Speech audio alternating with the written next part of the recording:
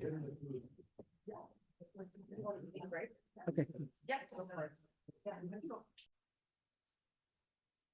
All right, we're going to open the town council meeting of September 10th. And Melissa, can you please call us to order?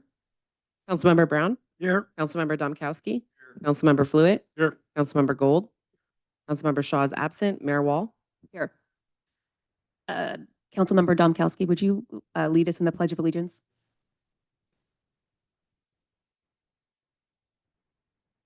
I pledge allegiance to the flag of the United States of America, to the republic for which it stands, one nation, under God, indivisible, with liberty and justice for all.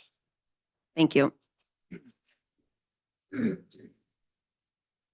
All right, we're going to move on to public comment. Pursuant to Government Code Section 54954.3A, persons wishing to address the council on non-agendized items that are within the jurisdiction of the town are invited to do so. Please note, however, that the council is not able to undertake extended discussion or to act on non-agendized items. Such items can be referred to staff for appropriate action, which may include placement on a future agenda. This communication period is limited to 5 persons, 3 minutes each. Any additional persons wishing to be heard will be scheduled at the end of regular business. All right, there's nobody in the room. Let's see. Is there anybody in the Zoom room? I don't see any hands raised. We're doing other things this evening. All right, last call for public comment.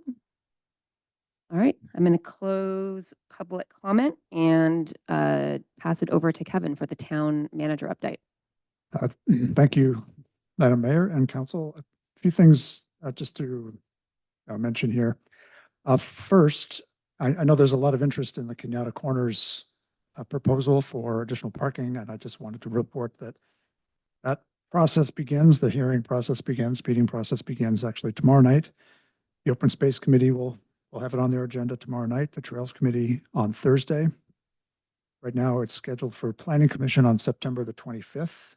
And this all leads up to, there are 2 actions that will require council approval. So right now, that looks like both October 8th and October 22nd. This will be in front of you as well. So, oh, I'm sorry, ASRB on the 16th, which was a reschedule. Thank you, Sage. Could you repeat those dates? And I can't, yeah. Got them all mixed up, I think. Open Space tomorrow, so 9/11. Trails on Thursday, which is September 12th. Next Monday is ASRB, September 16. Planning Commission, September 25th. And the Town Council, October 8th and 22nd. Thank you. Second thing I wanted to mention, this actually got a little bit of a news. I saw, I think Channel 2 did a story on this. The fire district, in conjunction with, they have been working with Stanford, the Palo Alto Fire District, and the Santa Clara Fire Safe Council to install, to get and install what are called N5 sensors. And we have okayed them to put one of these at Kite Hill. And this is a sensor.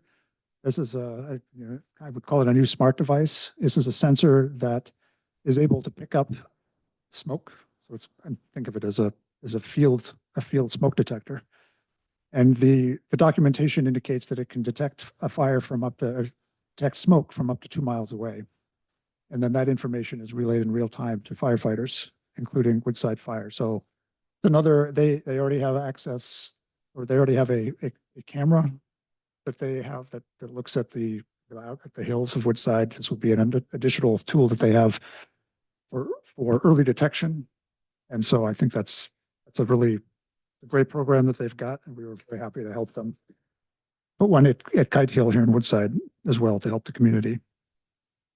Internally, we had last week our auditors were in and worked. Mason Associates were in conducting the audit. Nothing bad really to come out of that. So you can look forward, those of you on or adjacent to the audit committee can look forward to that coming in the coming weeks and months. And the last thing I wanted to mention is related to our communications. We have we have on your agenda tonight, something will be continued, but I wanted to just let you know that Instagram is something that we are planning to implement this fall. Once we have a policy in place, I'm told I'm not a social media expert, but I'm told it's a relatively straightforward thing to do. So we will have that, and we should have that up and running by year end. That's what I have. All right, thank you, Kevin. All right, we're going to move on to the consent calendar. All items on the consent calendar are considered to be routine and will be approved by one roll call motion unless a request is made at the beginning of the meeting that an item be withdrawn or transferred to a regular agenda. I do know that item 6 has been continued, but we can still manage the rest of them. So 1 through 5 and 7 through 9. Would anybody like to pull any of those consent calendar items?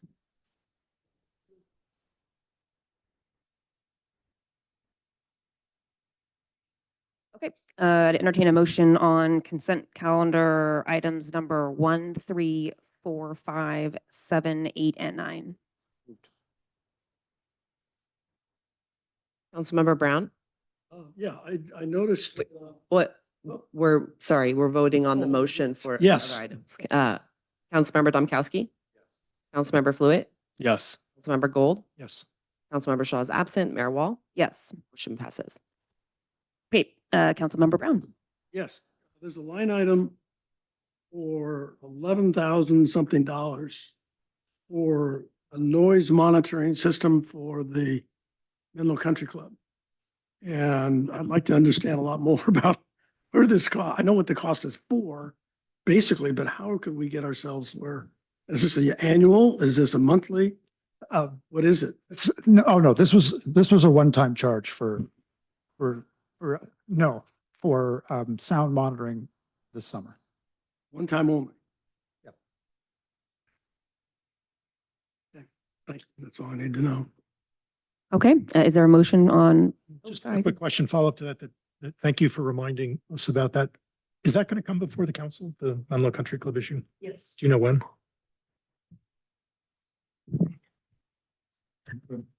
We had anticipated the second meeting in September. If not, it'll be the first meeting in October, I believe. Thank you. Any other questions? That's an appeal of some kind coming our way again. What is that? We already heard the, Yeah, we just never acted. This would just be a follow-up with you from staff about what's happened since we spoke to you last about the noise monitoring.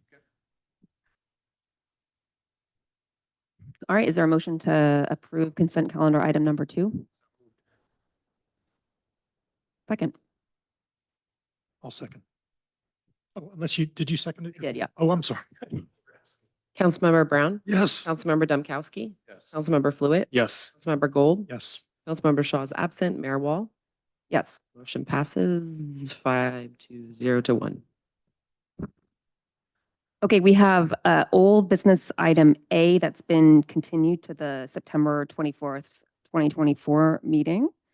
So we can move on to new business, item B, which is the introduction of an ordinance adopting a new section 94.06, prohibition of gas-powered leaf blowers, and 2, resolution approving an agreement with Actera for administration of an electric gardening equipment rebate incentive program, and authorizing the town manager to execute a grant agreement with the Peninsula Clean Energy Authority for funding of the rebate incentive program and transition of town's equipment to electric. And I'm going to turn this over, I believe, to Brandy. Good evening, Mayor Wall and council members. I'm here this evening to review 2 items in front of you for Can you consideration. get closer to the microphone? I'm here this evening to review 2 items in front of you. Sorry, Oh, sorry. you gotta be right. I just say, I'm just as bad. You gotta be right on top of it. Okay. Yeah. I'm here this evening to review 2 items in front of you for consideration. An ordinance to prohibit gas-powered leaf blowers and an incentive program for the transition from gas to electric gardening equipment. First, I'm going to quickly review the previous council consideration of a leaf blower ordinance, recent developments in state and local legislation, and relevant guiding policies of the town. Oops. On July 28th, 2020, the council held a study session and directed staff to prepare an ordinance that aligned the hours for commercial leaf blowing with allowed construction hours. Council adopted that ordinance on September 8th, 2020. On January 1st of this year, Assembly Bill 1346 went into effect, which banned the sale of small off-road engines, which includes gas-powered leaf blowers. Since the council last considered a leaf blower ordinance in 2020, Portola Valley's gas-powered leaf blower ban went into effect, and Atherton and Hillsborough also both adopted ordinances that went into effect on July 1st, 2024. Both of those banned the use of gas-powered leaf blowers. Atherton has a rebate program for residents only that was advertised in conjunction with the effective date of the ban, and their first round of funding was fully exhausted, and they've started a second round of rebates. In Woodside, the town's general plan specifically targets addressing noise impacts from landscaping equipment. The town's adopted climate action plan also has greenhouse gas emissions reduction targets for transportation, which includes emissions from off-road equipment. Leaf blowers are considered part of those emissions from off-road equipment. Now I will quickly review the specifics of the proposed leaf blower ordinance and the electric gardening rebate and incentive program. The legislative and technical landscape has changed since the council last considered a leaf blower ordinance in 2020. As of January 1st, the sale of gas-powered leaf blowers is no longer allowed in California, and many of the surrounding municipalities have prohibited the use of gas-powered blowers. This has required local landscapers that work across municipalities to adapt their equipment and operations. In addition, the California Air Resources Board has projected that the volume of smog-forming emissions from this type of equipment to be nearly twice those of passenger cars by 2031. In researching incentive programs to replace gas-powered leaf blowers, staff identified a potential partner to implement and manage the incentive program, as well as a grant to fund it. Actera is a local nonprofit with proven experience designing, implementing, and managing incentive programs. Actera will collaborate with the town to ensure the incentive program aligns with the town's sustainability goals, engages local businesses, and provides customer support when processing the rebates. Actera will work with the town to develop marketing materials and will handle all management and disbursement of funds. Their agreement also requires Actera to produce any reports that are needed. Here you can see the program budget for the proposed agreement with Actera. The $12,000 to administer the program utilizes Actera's experience and expertise in managing similar programs and externalizes the staff cost it would take to create the program and website, do outreach, work with businesses to negotiate the voucher system, accept and verify applications, and process rebates. Partnering with Actera also reduces the time needed to spool up and launch the program. Staff worked with Actera to align the rebates amount with other successful programs and also with the cost of equipment. A typical residential blower costs from $90 and up. The $250 rebate should cover the cost of the blower plus potentially an additional battery. And a high-end commercial backup blower can cost between $600 and $1,500. The rebate for residents and professionals extends beyond leaf blowers to incentivize the transition to other electric gardening equipment if they have already purchased an electric blower. Staff also identified a grant opportunity through Peninsula Clean Energy, the town's electricity provider, that is geared at switching from fossil fuels to clean electricity. The Electric Gardening Incentive Program meets the grant eligibility requirements, and there are surplus funds PCE has set aside specifically for the town of Woodside to use for this purpose.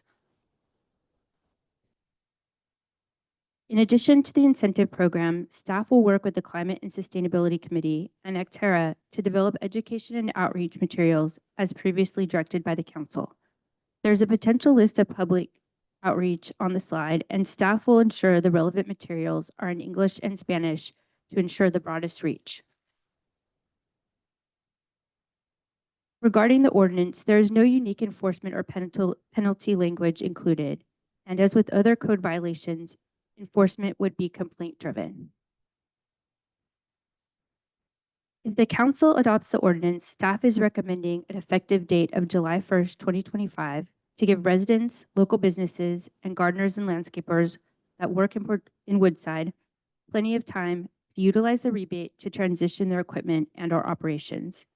If approved, the electric gardening incentive program would assist residents and landscapers in responding to the recent state ban on the sale of small off-road engines, as well as encouraging them to continue transitioning to electric gardening equipment. Thank you. Thank you, Brandy. I want to just add one thing, just to underscore. These are two distinct actions, so one is not dependent on the other. Okay, yeah, thank you for that clarification. All right, we'll move on to council questions for staff. And I'm gonna look down this way to see if Dick or Brian have any questions. I'll go first. Sure. Thank you. So the last time this came up, we actually had a full room, interestingly.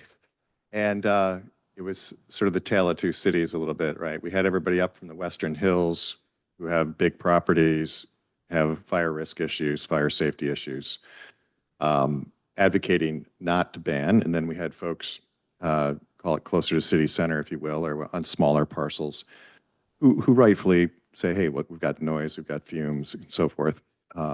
Please do put a ban in. So I guess my first question really for staff would be, if we didn't want a blanket solution, meaning one size doesn't necessarily fit all, Woodside has some different terrain and geography issues to deal with, and 100-foot redwoods in certain areas of town and other areas that are, approaching downtown Menlo Park or something.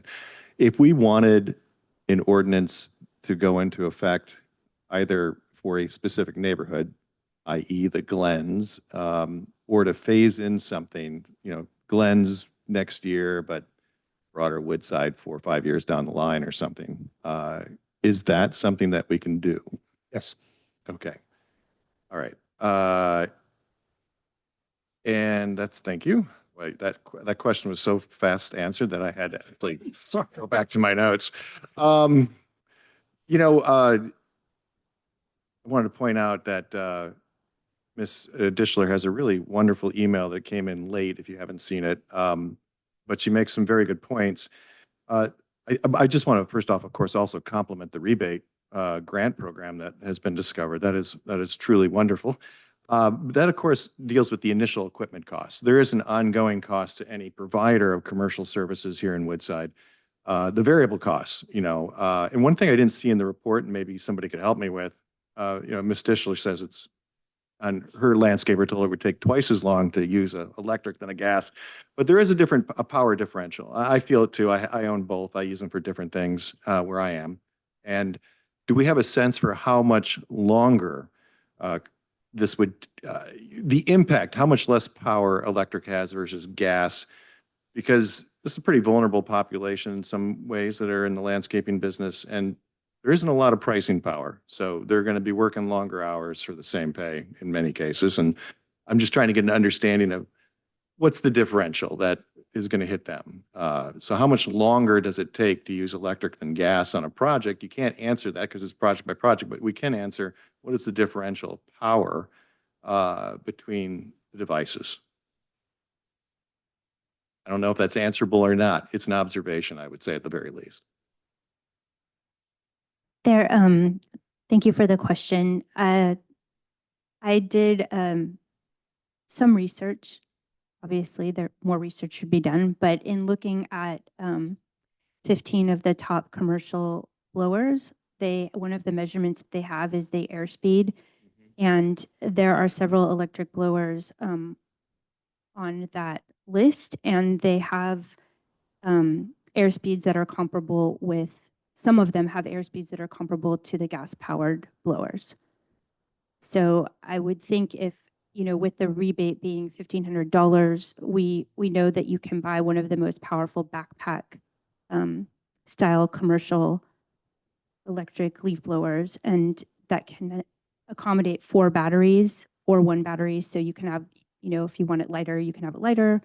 But if a landscaper were to purchase the most powerful electric leaf blower, they could end up with comparable airspeeds to push the debris. And that big, the big backpack electric, which would be interesting to see.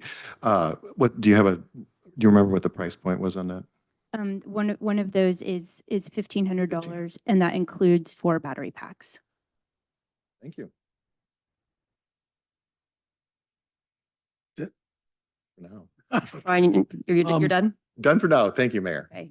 You said that you looked at 15 suppliers of leaf blowers, is that correct? And you said a couple were capable of reaching the same power levels as the gasoline, is that right? Wonder how many, I'm trying to find out how many electric suppliers currently are offering product that gets comparable performance to gas. And because I want to know how much choice our suppliers are going to have. Is it 2? Is it 1? Is it 3? Is it 5?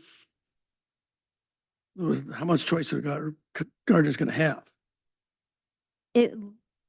Anecdotally, it looks like there's 3. I looked at several reviews of blowers to see what the airspeed was, but what I found is there were 3 on this review site. So without doing, a large analysis and comparison, I wouldn't be able to tell you exactly how many. I feel confident in telling you that there are commercial electric leaf blowers on the market that have the same airspeed as a gas blower. Okay. The $50,000, what is that for? And is it out of pocket for the town of Woodside? And is that every year or is that one time?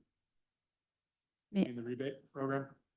Well, I mean, we're talking about $50,000 cost to the town. I'm wondering if that's rebated to us or whether it's out of pocket. Let me just share my presentation, and we can get to that slide. So here is the program budget. So the $15,000, you can see the itemized budget here for the agreement with Actera. And that $50,000 would be entirely covered by the grant from Peninsula Clean Energy. In addition to the $50,000, we're asking, part of that grant with Peninsula Clean Energy would be an ask for an additional $15,000 to help the town start transitioning its own gas-powered equipment to electric. So the total amount of the grant we would request is $65,000, $50,000 of which would go to cover the Actera Electric Gardening Incentive Program. So there would be no out-of-pocket. So no cost to the town? No cost to the town. Other than replacing equipment, or is that even part of the? Yeah, no cost to the town, and in it, $15 in grant funds to cover the cost of our own equipment. Okay. My observation, and my gardener has transitioned from gas to electric battery powers. And my observation there is it's louder. It's actually a much higher, more piercing sound than the gasoline powered. He seems to be satisfied with it, but I don't like the noise when it cranks up. And the other thing I just want to point out is that one of the objections that we heard back in 2020 was all the dirt and dust being kicked up by the blowers, and that's not going to change, correct? They're still going to be blowing the same material up into the air that they were before. All we're doing here is talking about maybe cutting back on the amount of fumes that are generated. Is that correct? Correct. There are some municipalities who, as part of their ordinances, have addressed that situation where you're allowed to blow the blower so that you don't blow up additional debris. But in this ordinance, it just purely bans gas-powered blowers. So yes, if the landscaper chooses to blow the top layer of debris off the dirt, then they're going to blow that in the air as well. But this addresses the pollution related to that, the blower. If we were to decide we don't want to do this, what's the penalty? Or is there a penalty? There's no penalty. This is do the right thing. This is completely at the town's discretion.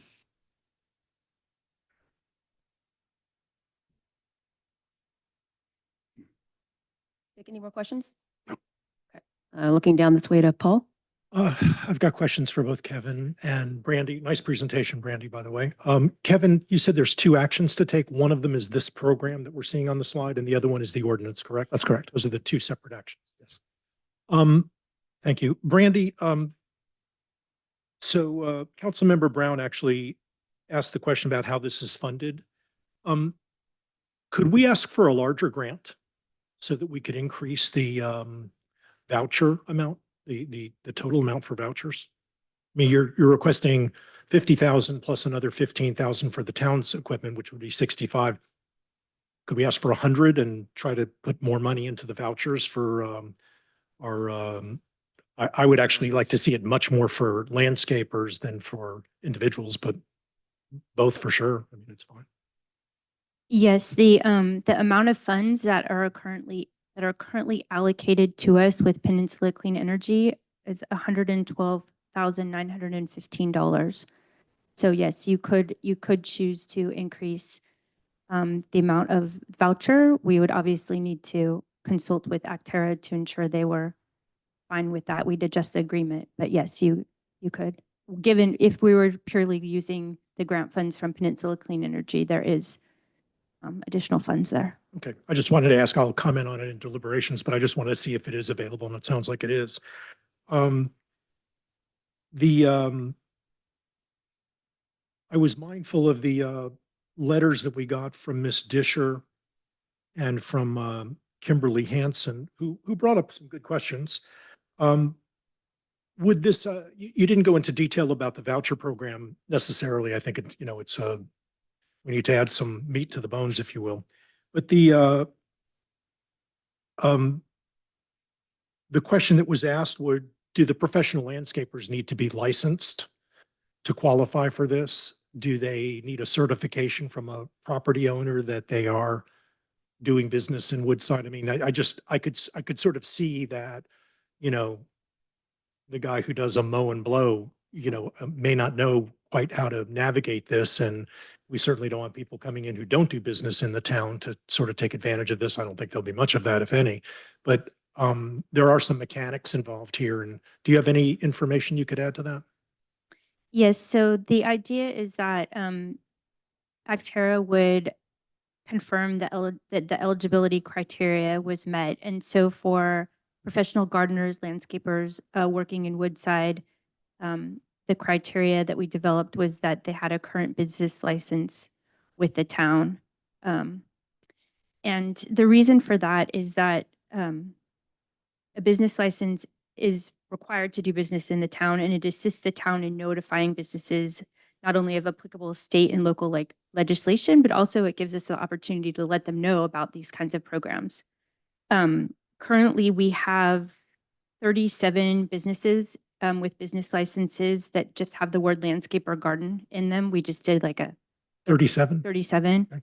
And in talking with one of my counterparts in another jurisdiction yesterday, they sent out a postcard to their residents that was in English and Spanish. And so the resident, if there was a barrier there, the resident could show the person providing the service the program, and it would help them to navigate getting the business license. What's the cost of a business license, by the way, for that? For a landscaper or gardener, it would be $124 a year. Okay.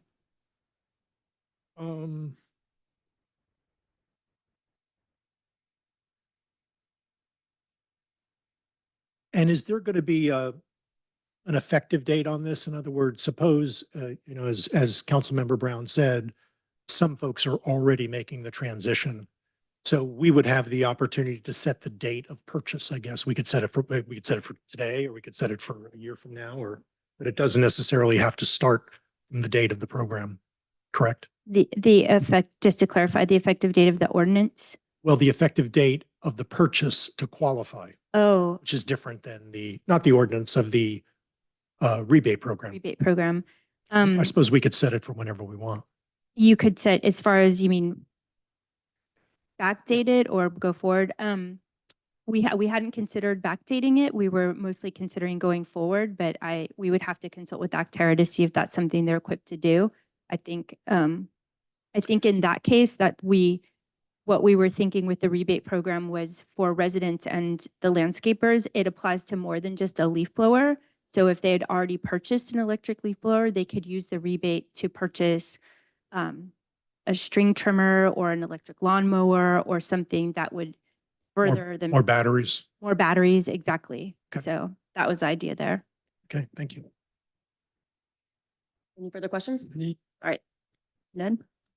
Well, so you just answered my question on eligibility for funding. So it's town residents, commercial businesses, and businesses already within Woodside who might use a blower for their own purposes, right? Correct. Okay.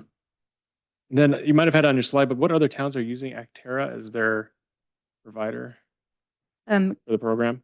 Currently, the city of Menlo Park used them in a round of funding that ended in June, and then they are now entering another round of funding in August. So just Menlo Park? Here I have the slide here. There was- So Menlo Park has used them for the gardening voucher and incentive program. The city of Mountain View managed their e-bike voucher program, and then Actera manages the East Bay Community Induction Cooktop Loaner Program. Then, so I saw like a lot of our ordinances is going to be complaint driven. Maybe I just missed it, but do we have a penalty for violation? What is the penalty for violation?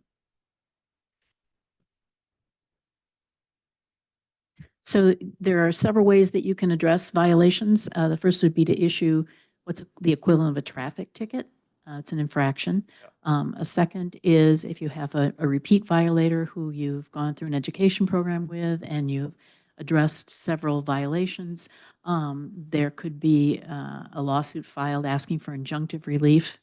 If you have, let's say you have a gardener out there who services 50 properties and doesn't transition and continues to violate, that might be a situation where the council would be asked to determine whether you wish to take further action of that nature. But day to day, if a neighbor complains about a neighbor, it's going to be a ticket with some fine. And usually that triggers an initial outreach to that either that service provider or that neighbor saying, hey, we've received this complaint and Can we you just want to let you just know. remedy that- it without even a fine? Yes, it's a request to come into compliance. That's all the questions I have. And I did hear about the Western Hills being concerned last time. I think I saw at least 3 Western Hill residents on the call. So hopefully they will speak up because I would like to hear what they have to say. Hold All right. on, go ahead. Yeah, Brandy, thank you so much for the presentation. Can you just speak a little bit to the environmental impacts of gas leaf blowers versus electric? So as I mentioned, leaf blowers are considered part of the slice of the emissions pie related to transportation. Specifically, they're considered off-road equipment. And as I mentioned, let's see, let me get the statistic correct here. Oops.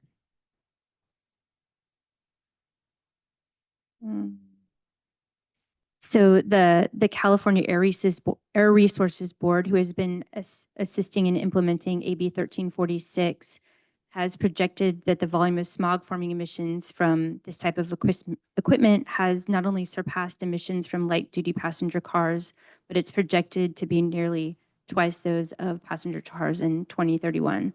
So transitioning from gas-powered leaf blowers to electric leaf blowers has the dual benefit of reducing greenhouse gas emissions, but also reducing pollutants and particulate matter associated with health impacts.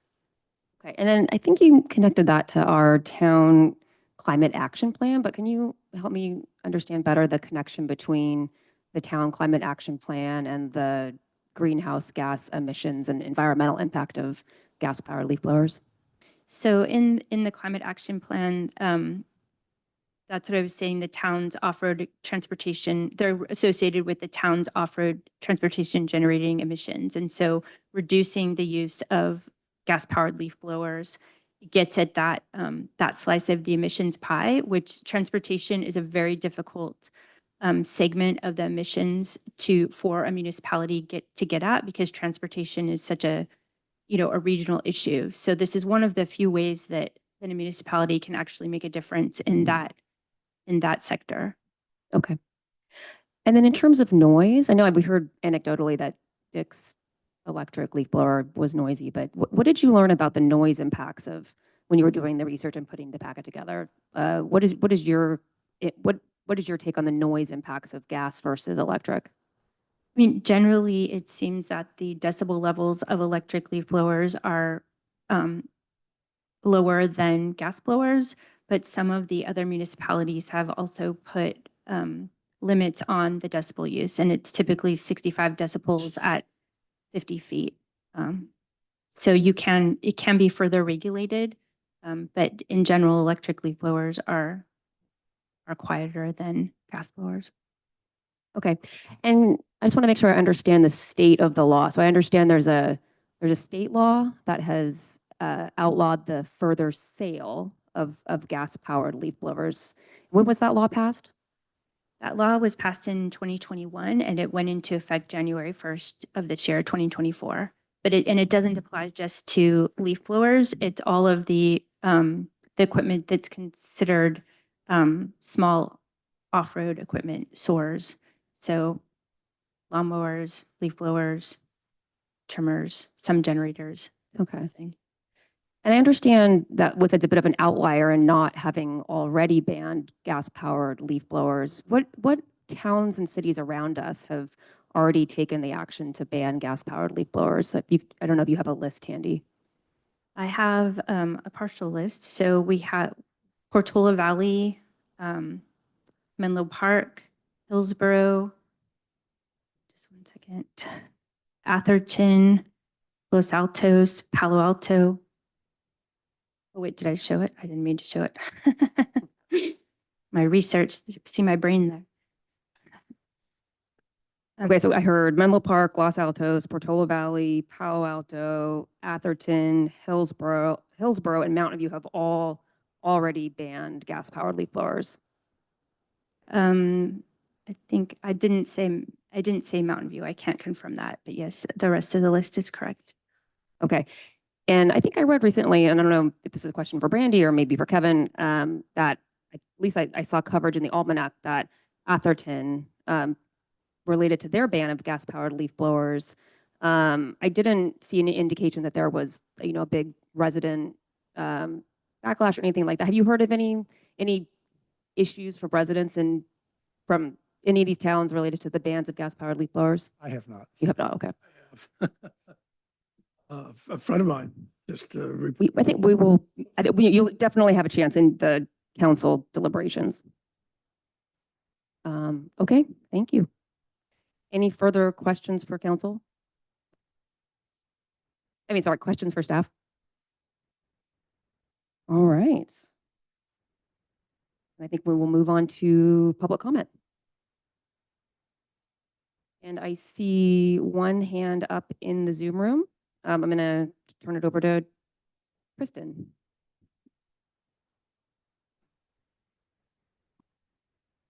Hi, thanks very much. My name is Kristen. I live up in the Western Hills, actually a neighbor of Ned. My comment is this ordinance just feels like it was clearly written by and for people who live down, in the glens, in the flat areas, who don't live in the Western Hills. So our family owns about 20 acres up here total. And I am the routine maintenance crew, me, just one person. And I do have chainsaws, electric and gas. I have a leaf blower that's gasoline. They all have their uses.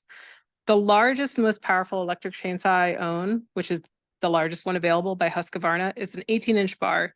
That is not large enough to tackle the larger redwood trees and tan oaks in our property. So when several large redwoods fell on our property over the winter, blocking a road, it was a large forestry chainsaw, a gas chainsaw, that was the one that was used to clear it, because that's what's actually capable of doing the job. When I leaf blow the private road that goes through our land and our neighbor's land, it's almost half a mile long. An electric leaf blower would need a recharge before it reached the end. This isn't even a requirement, what you guys are all talking about. This is above and beyond the current law that's banned the sale of small gas-powered engines. This really infringes, to be honest, it would infringe upon my ability to maintain my land, to reduce leaf litter, to buck fallen trees, to clear brush. It would reduce my ability to reduce fire hazard on our property. You are diminishing my ability to keep my property and our family and our neighbors safer. So thank you for considering that as you talk more about this. Thank you, Kristen. All right, we're going to go to David Middleman.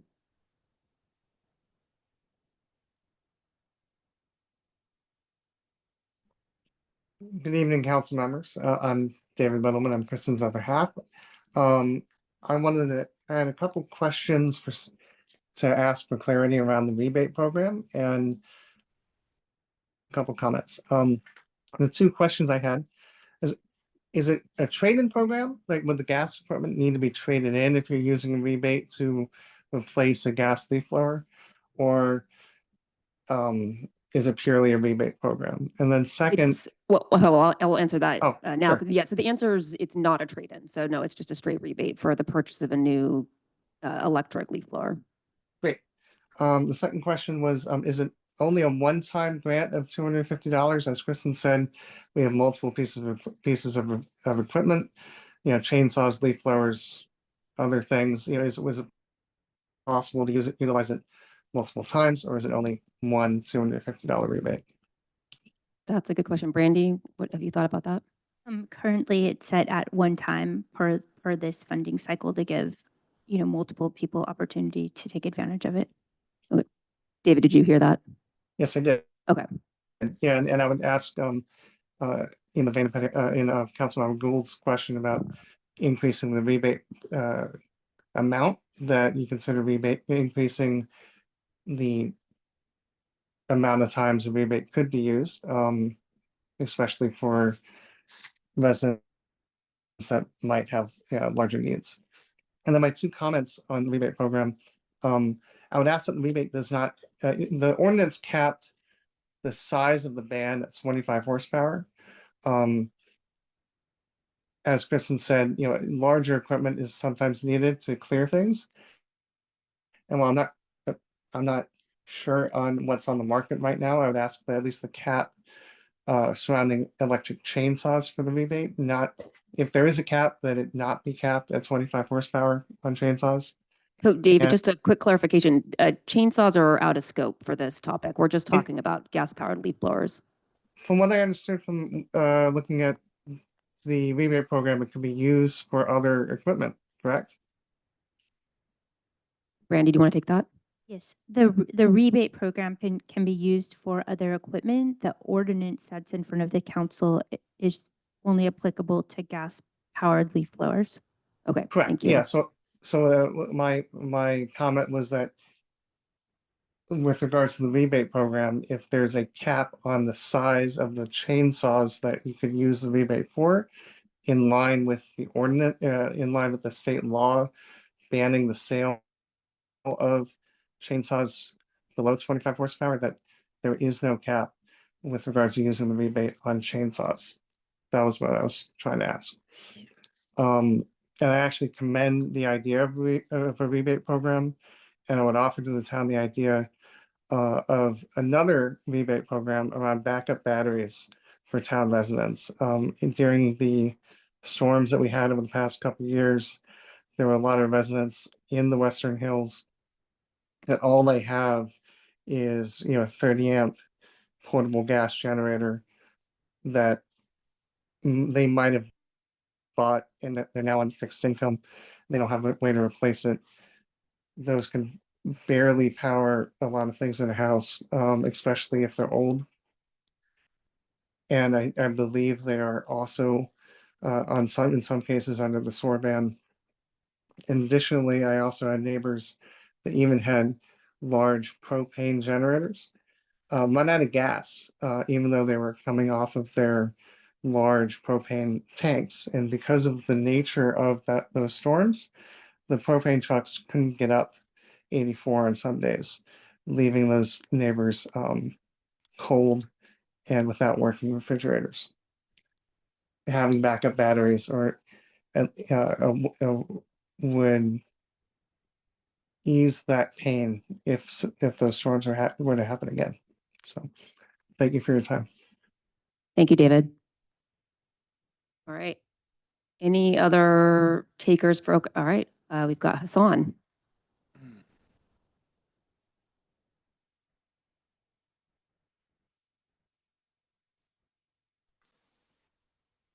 Hello, can you hear me? Yep, we can hear you. Great, thank you. So I just want to speak on this briefly. I don't actually own a gas-powered leaf blower, but I just want to share my thoughts briefly. And I feel like this is fixing a problem that I'm sure is frustrating. Noise, and that's probably the biggest issue. I'm guessing why this is here is the noise, and also for lower emissions, which for a town as small as ours, I can't imagine, globally is going to be a huge impact. But I do think, for certain people, like Kristen New mentioned, I think, if you're working on using these tools consistently day in and day out, I think it's going to be a huge impact and a huge frustration if suddenly your hands are tied and you're not allowed to use the most useful tool in your tool belt, and essentially. When I feel like gas-powered tools are still a little bit stronger, or in some cases significantly stronger than the electric tools. And so I would suggest it probably makes more sense to wait on this until electric tools have caught up to gas-powered in strength and power and usefulness. I think it's coming. I think we're just not quite there yet. And so that's all I have. Thank you, Hassan. All right, nobody's in the room for public comment. So any other hands going up in the Zoom room for public comment? I'll give you another second or two in case you change your mind.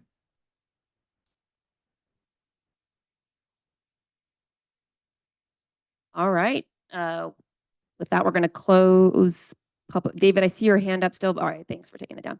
All right, we're going to close public comment and go on to council deliberations. I'll look down this way.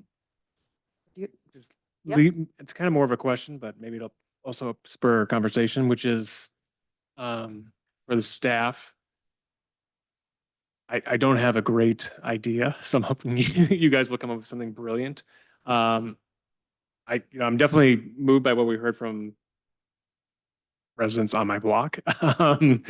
But what I'm hearing is, and I agree, like when a redwood falls across a tree, a lot of this equipment's not going to handle it.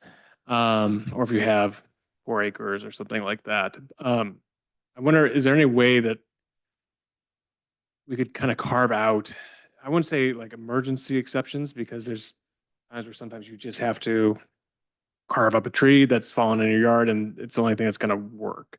Because I see the intent of this is that the day-to-day, Monday through Friday, leaf blowers going off in people's neighborhoods, people working from home, not able to work. But I think what we're hearing from these 3 residents is there's times where we just need heavy equipment for specific needs. And I wonder if there's a way we could have both, where we have that quieter Monday through Friday, but people still have the option of having the heavy duty tools to handle heavy duty jobs. I mean, I probably should have raised this before the meeting, but I just wonder if that's something you think there's a possibility where we could craft something where, again, kind of the right tool for the right job still exists for people, but day to day we're managing the noise and pollution of Monday through Friday. And yeah, blow and blow. I like your question. I mean, just to be clear though, the ordinance on the table is just for leaf blower. So but I think where you're going is there a way to carve out maybe the leaf blower use? Right, for Yeah. kind of large, for lack of a better word, industrial or these larger rural. Are you thinking like a lot of these lots are large, right? So, but yeah, I don't know. I take your point, which is we're not really talking about chainsaws or Exactly. emergency equipment tonight anyway. I don't know. I want to solve the solution of just like the day-to-day mow and blow, but also allow people to handle taking care of a 4-mile country road, right? So and other people at the staff table, please chime in. I don't want to own this entirely. But it was asked earlier, could we set different rules for different parts of town? So if one of the theories is that, and we got public comment to this effect, that properties of a certain size, that's the day-to-day, maybe once a week there's leaf blowing, which is different than I own 10 acres or 5 acres. And I don't know what that cutoff is. But one example would be you exempt properties above a certain size, which then, As an exemption. and as an exemption. And the reason I suggest that rather than a neighborhood is that we have different sized properties kind of all over. Yeah. So if you identify a size of property where this does not apply, then that's kind of uniform. We haven't done any analysis on what that actually looks like, but that is something that you could do. Okay. But just to also, your original question and the comments around chainsaws dealing with trees, nothing before you tonight would They're change still that. available to everyone. Yeah. But it was also mentioned to me, I do not know if there is such a thing as emergency use leaf blowers, but let's presume that there is. You could also include in the ordinance an exemption for emergency, I don't know, response or what the word would be. But I mean, we talked earlier about the question was asked about the enforcement. We've suggested that there'd be an education period. I think I can say confidently that after a rainstorm, if people are out using power tools to clear properties, we're not going to come at you with any sort of enforcement. And hopefully your neighbor will not call And you. hopefully your neighbor, but even in that instance, I mean, I think we live in this world. We understand that, but hopefully that addressed the question. It does. I didn't want to take away I'm sorry. Domkowski. We usually lead with his erudite responses. Only when but called upon. And I wanted to throw that out there to really gauge the council to see if they're willing to maybe be more creative rather than a yes or no. We kind of. And before you move off, I want to see if Brandy has something to offer to. I have two things. One, I know that the town of Portola Valley has a leaf blower use exception for in case of emergency. So that is something that could be done. And then regarding the rebate and incentive program, as an idea, based on what Kevin was saying, we could figure out some size of property and you could allow a resident with a certain size property to take advantage of the larger rebate so that they could buy the commercial sized blower and attempt to meet their needs with that. More question? Yeah, please do. Yeah, can we go back to the statistics on how much pollution is generated?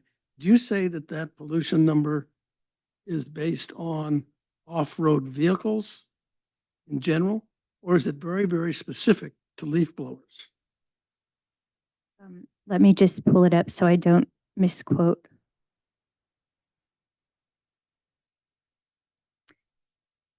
It's categorized as this type of equipment. So those small off-road engines, the category of equipment that the Air Resources Board and the state legislature is regulating with AB 1346. So It's basically anything used off-road. I thought it was 2-stroke engines. it's chainsaws under 45 cc's, edgers, head trimmers, lawn mowers, leaf blowers, log splitters, portable generators, pressure washers, riding mowers, and string trimmers. Those are all considered small off-road engine. And those are what what AB 1346 is no longer allowing to be gas powered. And the statistic that I was saying encompass those. And there's an equivalent with a 1 hour of leaf blower use is like driving 100 or 1,100 miles from LA to Denver. So it quantifies the emissions related to a gas leaf blower, comparing it to the use of a car. Paul's point, is that the motor size that is used in all this equipment, or is it? Well, she mentioned the motor size, but it's also it's specifically two-stroke engines, which is not your car. I mean, these are engines where you add the oil to the gas, like in an outboard motor, that sort of thing. By the way, that's all I know about engines. I couldn't change my oil. No, I'm sure it did. Yeah, The other I'm back point that I was going to eighth make grade. about Atherton is, and it may be relative to this idea of how far would this end up going, is that they're apparently either talking about or already implementing a plan where this friend of mine has like a gas-powered riding of mower for her lawn, because she's got a large lawn and she's 75 years old. And she doesn't want to use a gardener for that. That's going to be subject to banning or fined $100 every time she uses it. I mean, it sounds to me that's getting pretty draconian, and I just worry about how far down the road we go here if we start the ball here, and how far do we want to go before we say that's enough. Anyway, just want to say that much before we start our deliberation. No, deliberations have started, so Okay. keep going if you want. I will, I'll start since I'm talking. I kind of feel like Big Brother here, where we're being asked to, or we're taking a role of telling our residents what's best for them. And I don't like being in that position. I'm not sure I have enough data to say that there's specific data about gasoline powered leaf blowers to say you cannot use that anymore. I sure don't feel comfortable saying that. The idea of going beyond that to other equipment just is more and more, we're taking it away from you. And we got the state already telling us they're going to take away our cars, our choice in a car vehicle. How far do we go here? And I don't feel comfortable doing that. Let me throw out a thought for us here, and that's that maybe we make it a voluntary, and we use the incentive plan, the incentive money, to incentivize people to transition if they wish to, or if they see an economic benefit to themselves from doing that, i.e. their customers will say, I'll go to you because you're using electric and he's using gas. And I believe very much in the pollution effect there. Somebody else says, I'll stay with you because you're less expensive, whatever. Maybe make it voluntary. And I also wonder, what are we going to do as our enforcement mechanism if somebody says is not transitioning? Are we going to have police going around to every house saying, what are you using? What is your gardener using?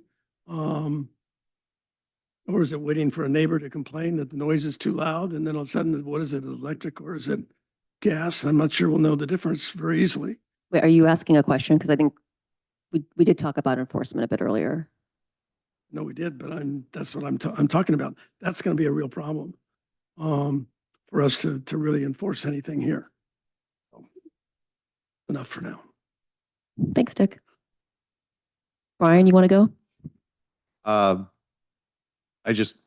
wanted to reiterate an earlier compliment. I thought the report was excellent, and I just want to compliment you. You had an answer to everything. You've really researched this deep, so I thank you. So there are two things in front of us, and I can certainly support the rebate program. I think that's really great that we found grant funds, and however that gets structured, that's interesting. And it does get to your point about, basically an incentive plan for those that would like to do it on a voluntary basis. And within that, I of course support the $15,000 that the town could have to lead and to transition their equipment, as long as, provided we don't get rid of the real gas-powered stuff, because we're going to need it. But from the day-to-day maintenance point of view, if we can transition, great. But I definitely would not be getting rid of the stuff that can really do the heavy lifting. Climate is a really important issue. Of course, I understand where people are coming from on that. But fire and safety and mitigation, we're certainly working on that a lot on the other side. And look, the two public comments we got were from my district. The public comments tonight were from Councilmember Fluitt's district.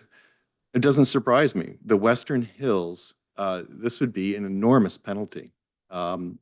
There's also the financial considerations, I think, to commercial leaf blowers. There's no doubt to me that there's very little pricing power for these folks and the time to complete these projects. I get it that there, maybe there's big ones and all sorts of stuff for $1,500, but it's just not the experience that I've had. So, I mean, I agree with the other comment that we know we're going to get here. It's just a function of maybe waiting for the tech to catch up to a place where we're getting closer to equivalency. So, I don't think one size fits all. I don't like a blanket proposal. I am a no as written, but I could also be open to some deliberation around timing or, if the ban was coming to, if we voted to put the ban in 5 years from now versus a few months from now or next year, that could be interesting just so this doesn't come up another 4 times between now and then. I feel like this is the 3rd time, actually. It also came up in 2018 under Mayor Yost. And so I feel like it just keeps coming back. And it's good it's coming back. It's so funny. We all use these arguments, what Atherton's doing, what Portola Valley's doing, what Hillsboro's doing. We just voted to spend 15 grand on an election, even though Atherton voted differently and Hillsborough voted differently, and to not have elections in situations like that. So I mean, we're unique. The Western Hills is unique. We have very high fire risk. We have a lot of properties that are adjacent to it. A lot of us live under 100-foot tall redwood trees. There's no way to keep up with what falls in the autumn. There's no way using electric. I mean, that's my Saturday and Sunday probably for the entire season. So I had some thoughts about different neighborhoods. I understand the pushback on that. I mean, I'm open to other considerations. I'm not black and white on this. I understand what we're trying to get accomplished, but very supportive of this wonderful grant program that you've uncovered. I think that's fantastic. And very unsupportive as written on this proposal. I think it's an overreach on the ordinance. Paul, would you like to go ahead? Sure. I would just remind Brian that democracy dies in darkness. That's why we have elections. On the night of our presidential debates. On uncontested elections. That's why that's all good. That's a different topic. It's not for tonight. It's just I can't let it go. The candidates on the call. It's all good. So a few comments. I'm pretty much with where Councilmember Domkowski was on this with the ordinance needs work. The incentive program, again, kudos, because I think it's a good way to go.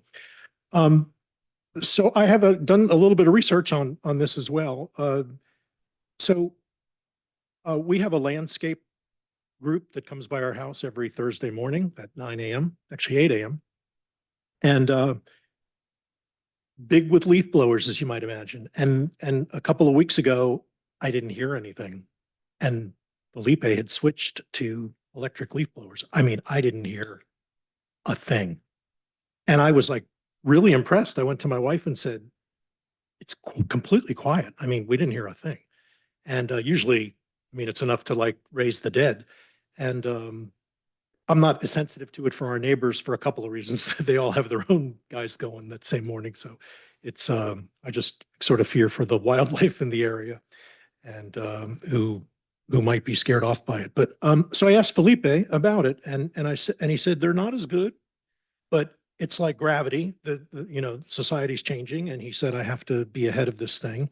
And he's a good man and a good person and runs a nice business. So he did it. The only downfall he felt was the battery life, because even with 4 batteries, you got to recharge. So he says, I need a lot of batteries to get through a day, because it's not like gasoline where you can run at the gas station during lunch and refuel your mowers and blowers. He says, if I run out of juice on these, I'm done. So he says, I have lots of, he's got a truck full of batteries, which they replace with every house that they go to.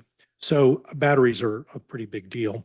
The state law is like, to use his word, gravity here. And eventually we're going to be out of the gas powered business, no matter what we do here, because you just can't buy them anymore from Home Depot. They'll, as long as they're not in stock, we're not going to get them. They're like incandescent light bulbs.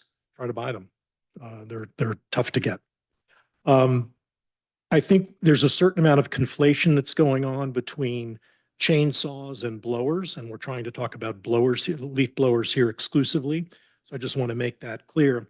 I actually found the comments from especially Kristen New very compelling. And even though we live in the more Menlo Park areas of Woodside, we are in fact sympathetic to those who live in redwood trees, even though it's not always reciprocated. But I think that we do, rather than carving out neighborhoods, which I think is impractical and probably unfair, and I have a strong libertarian streak in me, and so I've always been taught that permit is a verb, not necessarily just a noun.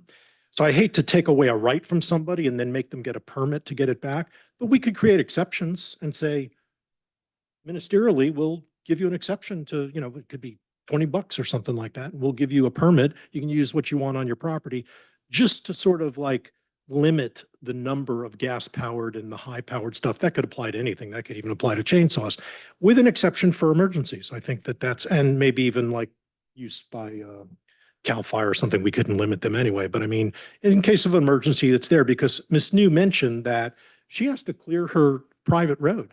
And that's, yeah, and cut down trees or big limbs. That's something that, I hate to take away a right and then make somebody buy it back, but just to make a very small hurdle to say you can still use it on your property. So rather than carving out neighborhoods or districts, just say, go apply to the town and we'll give you a permit. You could do it. I wouldn't expect very many because of the gravity that I mentioned earlier, and people won't be able to buy it. I also think that we're going to have to develop some outreach on this rebate program, which I'm strongly in favor of at the higher levels, to make sure that it's maybe in the Woodsider and people know about it. And there's some sort of a coupon or something that maybe homeowners could give to their landscapers to go get it, encourage them to get a business license. Maybe we can help with that. Maybe homeowners could help with that as well. But I'd like to see that because I think that that will strongly help. So in short, I'm certainly in sync with the rebate program at the higher level. I think we need to work on the date of purchase because people are like my landscaper are already doing it, and I hate to see them miss out. They are expensive. They're about $1,500 a pack for these commercial units, and anything we can do to help, I think, would be nice to do. We're helping homeowners with their tree clearing and giving people $3,000 checks just for the asking. I think helping a landscaper who's kind of getting by and income limited, I think, and restricted here, I think is the right thing to do. So again, I'm with my esteemed colleague on this particular issue. Thanks, Paul. Sure. Okay. Ned?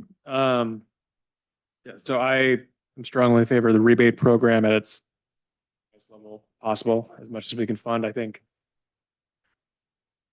I can only assume that professional gardeners and landscapers, if there's $1,000 in the offering to get new equipment, they will probably jump on that opportunity. And as a Woodside resident myself, I would probably use that $250 to get one for myself. So I do think there's going to be people who take advantage of this program. And Councilmember Gold's point, we're going to see the force of gravity just producing these electric leaf blowers over the next year or two anyway. As to part one, the introduction of the ordinance, I see all the pros: less exhaust, they're quieter, conforms to their climate action plan. We didn't even discuss the fact that our open space committee, the advisory body on this topic, is in favor of it. Most of the public wants it. But I guess my proposal for number one would, would be maybe ask the staff to go back and see if there's kind of Councilmember Gold's point, maybe the point I made earlier, something else we could do rather than just a blanket ban. Like, take a look at the idea of permitting, or take a look at, I also don't like, I guess I'm more interested in maybe the acreage idea rather than, say, community-based ideas. But rather than having a blanket ban, is there something more creative we can come up with so that we kind of solve the overall sound problem we have Monday to Friday, but we are still letting people use the tools, specifically Woodside residents, that they need to use. So I'd be in favor of 2 at the highest level possible, but ask the staff to come back with something different for part one on the ordinance that maybe gives a little more freedom to our Woodside residents and their landscapers and gardeners to do what they need to do to take care of their property safely. That's it. Thanks, Ned. All right. I think much like Woodside is a bit of an outlier on this topic. I think I'm the outlier on the council. So I'm glad to hear that there's support for the rebate program. So I'm also very much supportive of the rebate program. So I broke this down to, I think, what is about 9 or 10 different issues. So I'm going to try to move quickly through all of them. I think the biggest one for me is the environment. And I get it, definitely sympathetic to the frustration that residents might feel if they're no longer able to use their gas-powered leaf blowers. But, here on the town council, like, we're here to make tough trade-offs. And for me, like, the frustration that I think a smaller subset of the community might feel in not being able to use that equipment is, for me, outweighed by the fact that these are really, really harmful to the environment. So it's just undeniable that the negative impacts of gas-powered leaf blowers, terrible impacts on air quality and public health. We've heard from Brandy and the staff report that the California Air Resources Board has come out and said that they're essentially twice as harmful as passenger cars. They emit super high levels of particulate matter, carbon monoxide, nitrogen oxide, just really terrible contributors to air pollution, smog formation, respiratory diseases. And for me, I think that's just, to me, that's what this issue turns on for me. Gas-powered leaf blowers undeniably are super harmful for the environment. I mean, that's why the state of California has banned the further sale of them. So for me, the trade-off decision falls on the fact that these are just very harmful for the environment. In addition to that, I think we've heard that they cause a lot of noise. And, I read somewhere that the noise generated by gas-powered leaf blowers can exceed 100 decibels, which is far above the safe levels.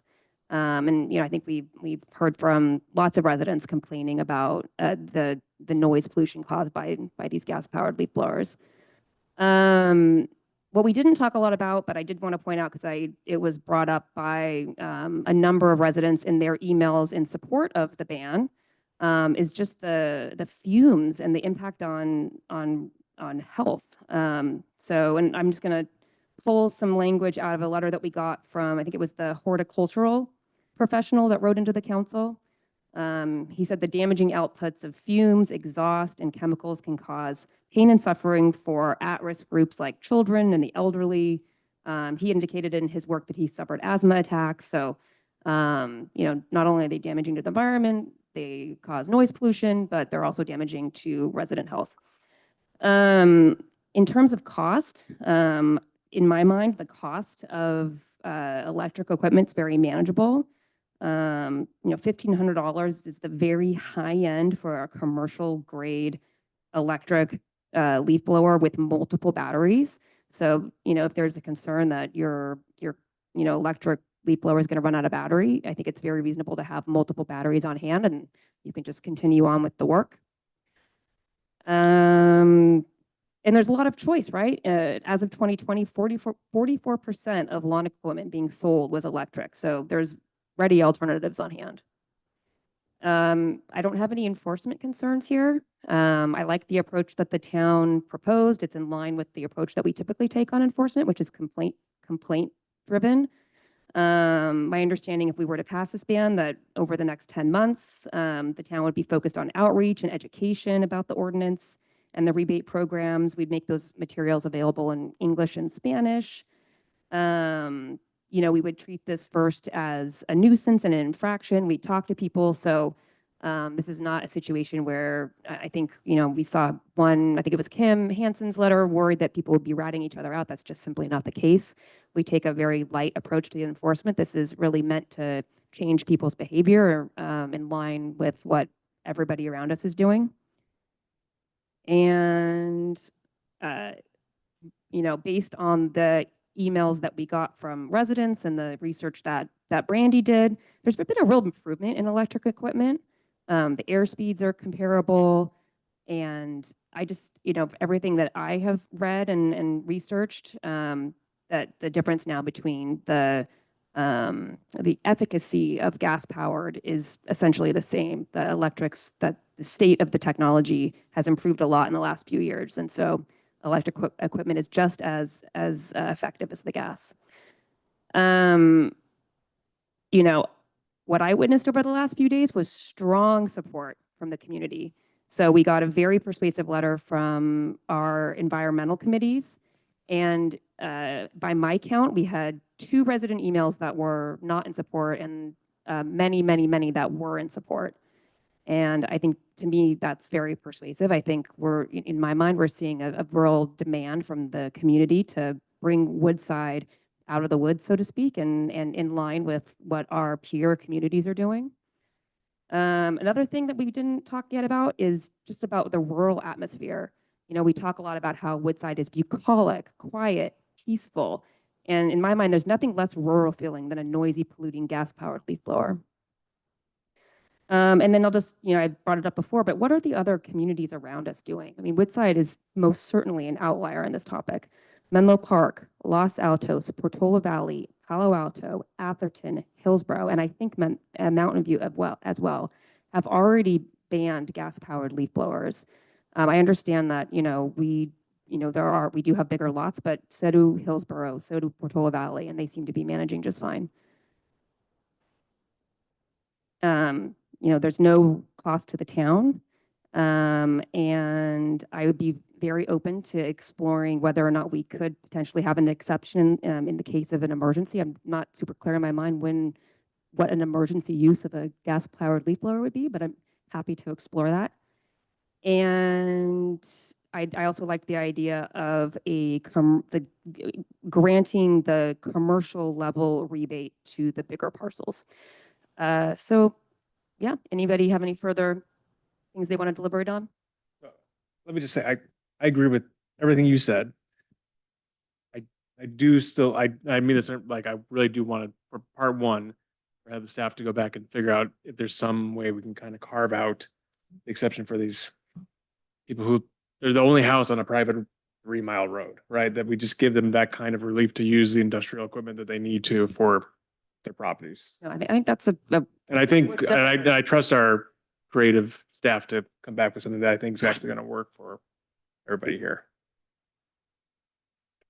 Paul? I agree. I would just clarify that I think it should be on an as requested basis, because I don't think you're going to hit very many, but if you pick a 10-acre parcel, there's going to be somebody on a 9-acre parcel who's got a lot of trees, and it's no matter where you draw the line, no matter where. Right. It might be permit, but that's let them come in. I think that they know better. It's sort of like defining an emergency.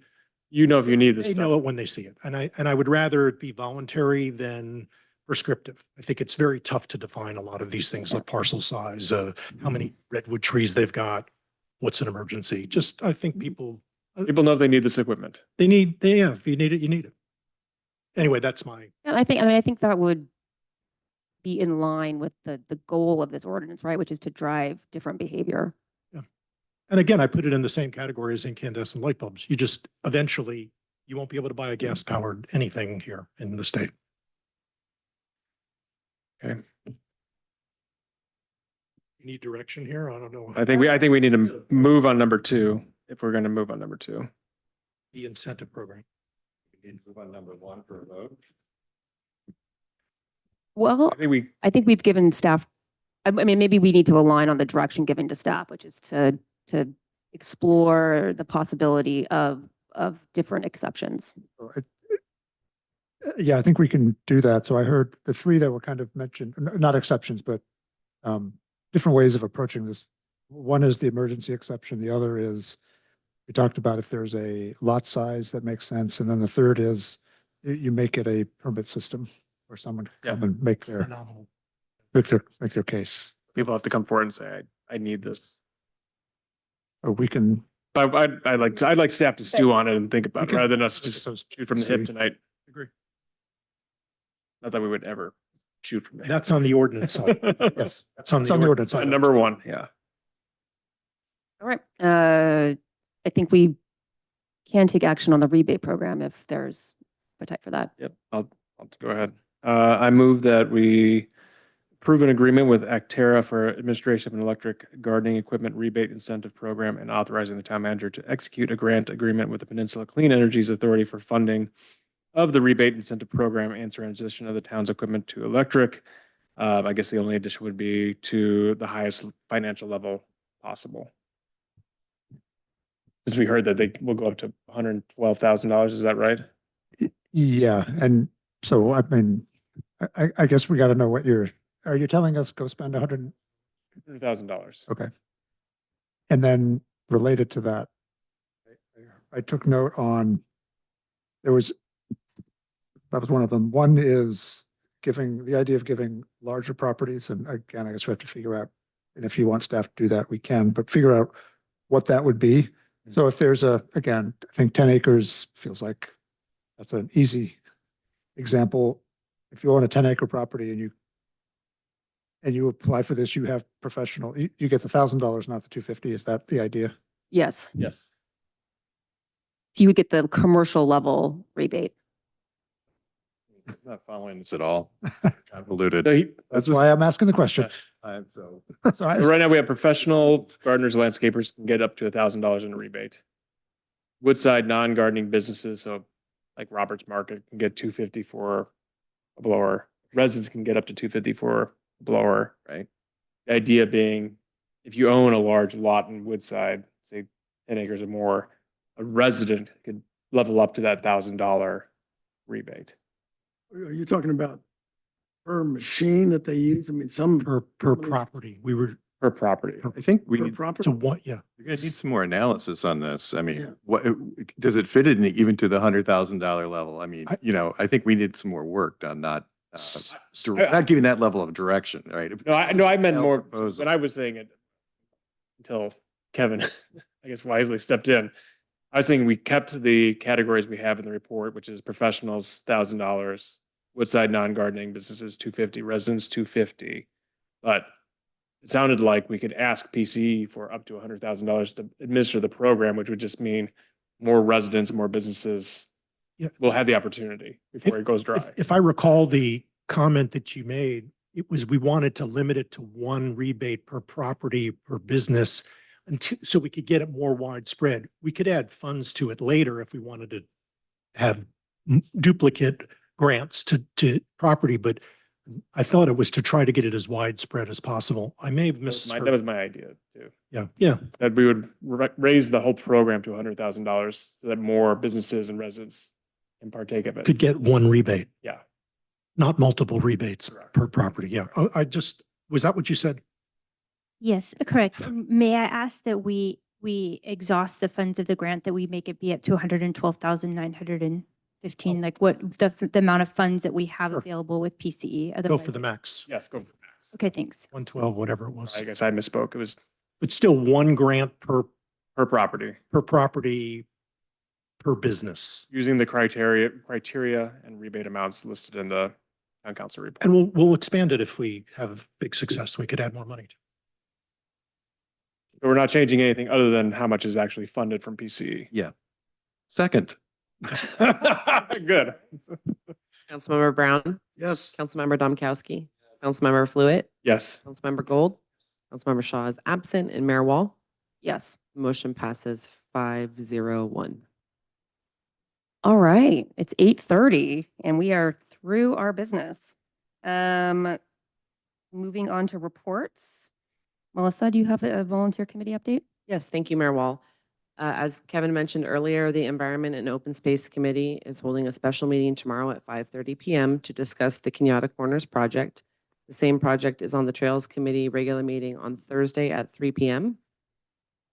The Environment and Open Space Committee and Climate and Sustainability Committee will be holding a joint movie night here in Independence Hall on Sunday, October 6th at 5:30 PM with a special screening of the documentary Fantastic Fungi Remastered. Postcards were sent out townwide last week, so residents should be receiving those. The doors will open at 5 PM. And the Recreation Committee is continuing with the Qigong and adult art classes. Information on how to register for the classes can be found on the town's website or under the Community tab, or residents can reach out to me for assistance.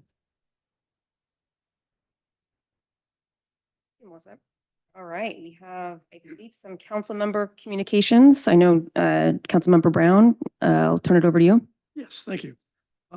Yeah.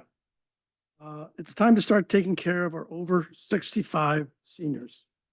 They represent over 20% of our town population, yet we seem to never have town programs specific to their needs. I think it's time we do something for them. I've been developing a number of programs that I think could be of interest to them and help them a lot. The town can easily handle, along with working with other community groups.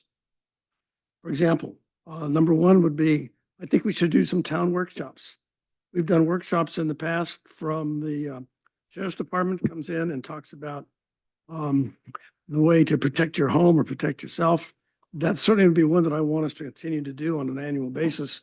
But I'd like to have a separate one that might be how to prevent falling at home. You may not be aware of this, but falling at home is probably one of the number one reasons for deaths and injury among seniors.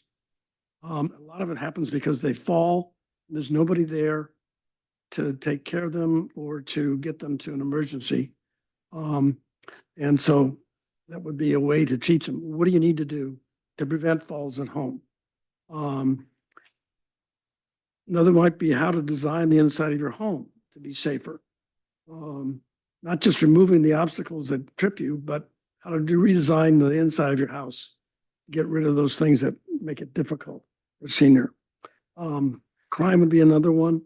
Another one that the fire department, Woodside Fire, and I've talked to them about all this, by the way, asked to think about would be how to be safe during an emergency. What should they be doing? And that could be a whole separate workshop.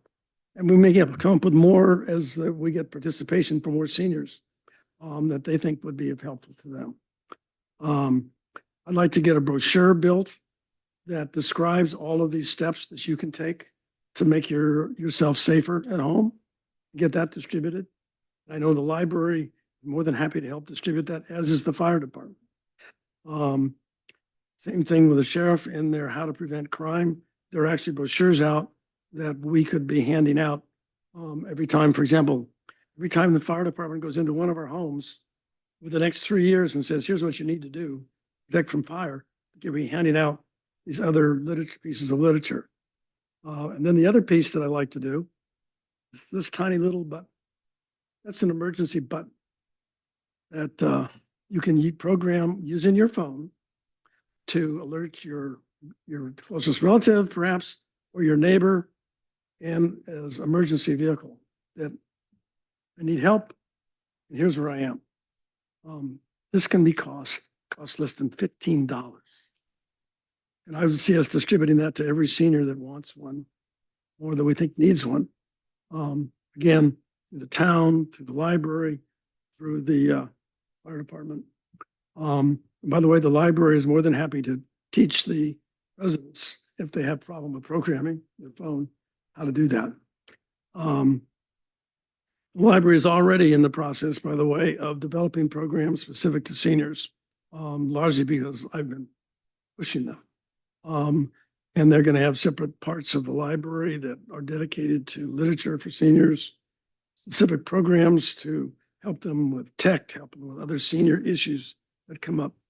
At some point in the future, we may want to consider some form of transportation options to enable seniors who don't drive or don't want to drive, for example, at night, to give them a transportation option to and from, like an Uber, that can be subsidized by the county and other nonprofit groups that subsidize exactly that sort of thing.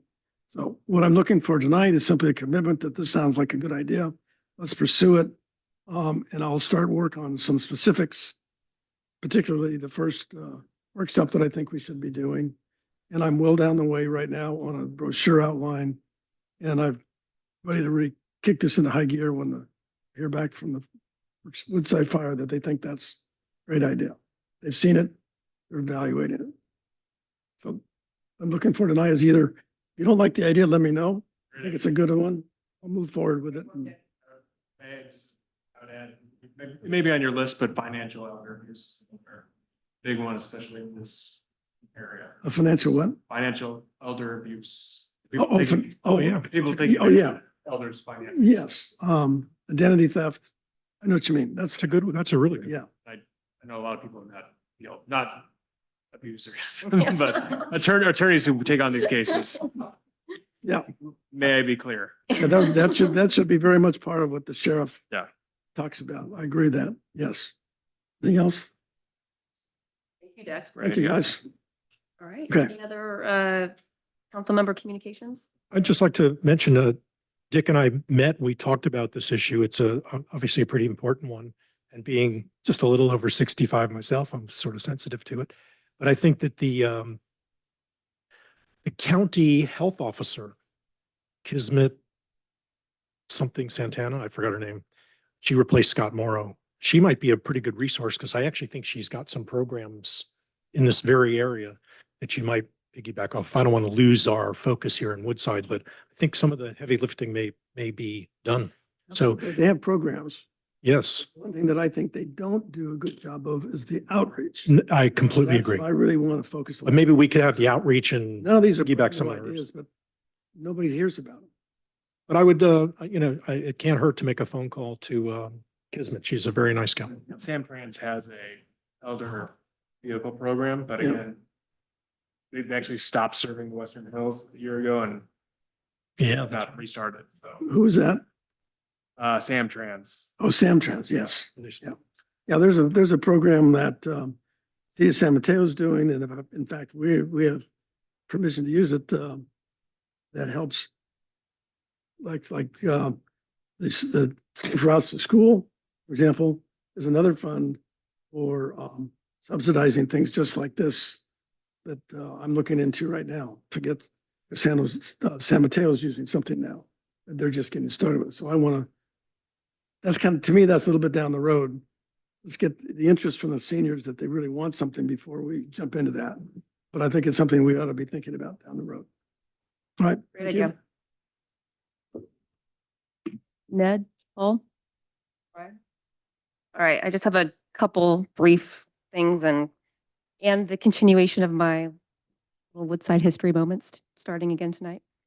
All right, so let's see. Wanted to put on the council members' radar that the 20th, Woe Day of the Horse is coming up in October. I don't have the exact dates, but wanted to, It's the 11th through the 13th. second weekend of October. all right. Right before that, on October 10th, we are having our town staff and council member party.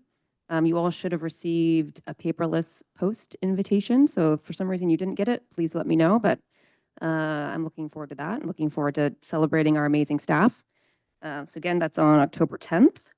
And I know I always really appreciate it when council members send articles of interest over to Kevin for sharing with the council. One article recently caught my eye. It's in the almanac, but it's relevant to our housing element topics from July. Atherton, I think we all know, is still working on getting its housing plans approved, but they're now doing so in the wake of an enforcement letter from the state. So just thought that was relevant for this group. And that's my communications. I'm going to end this evening. So I'm cheating a little bit tonight because I had actually put together this little history moment for July, and we just ended so late I didn't get a chance to do it, or chose not to do it, so I'll go home. But I had put that together kind of thinking in July we probably could have all used a drink, frankly, after the late nights. And it got me thinking, what was the first watering hole in Woodside? And probably doesn't come as any surprise that, at least according to my research, that it was the Pioneer Saloon, which is our local no frills favorite. But I'm wondering if anybody else is aware that, did you know that some of the Pioneer's success can actually be attributed to Jane Stanford? Well, It can be. So Jane Stanford was born in, I can't read my writing here, 1928. And she co-founded Stanford University. She was the 8th First Lady of California. And after the deaths of her son and her husband, she single-handedly funded and operated Stanford until she died, sadly, of strychnine poisoning. And, there was a first poisoning attempt at her mansion, and then a second successful poisoning in Hawaii that led to a very gruesome death. And no one was ever convicted, but the suspects include her personal secretary and the university president at the time, a man named David Jordan. Now, Mrs. Stanford left a will in which she revealed herself as a teetotaler. And in her will, she demanded that no alcohol be served within 1 mile of the Stanford campus. But the lawyers in the room will appreciate that her will was filed in Santa Clara County and had absolutely no sway in San Mateo County. So, as such, bars like our very own Pioneer Saloon were allowed to flourish. And with that, we will close our meeting. Just point of clarification. Alice's Restaurant has been around since the early 1900s.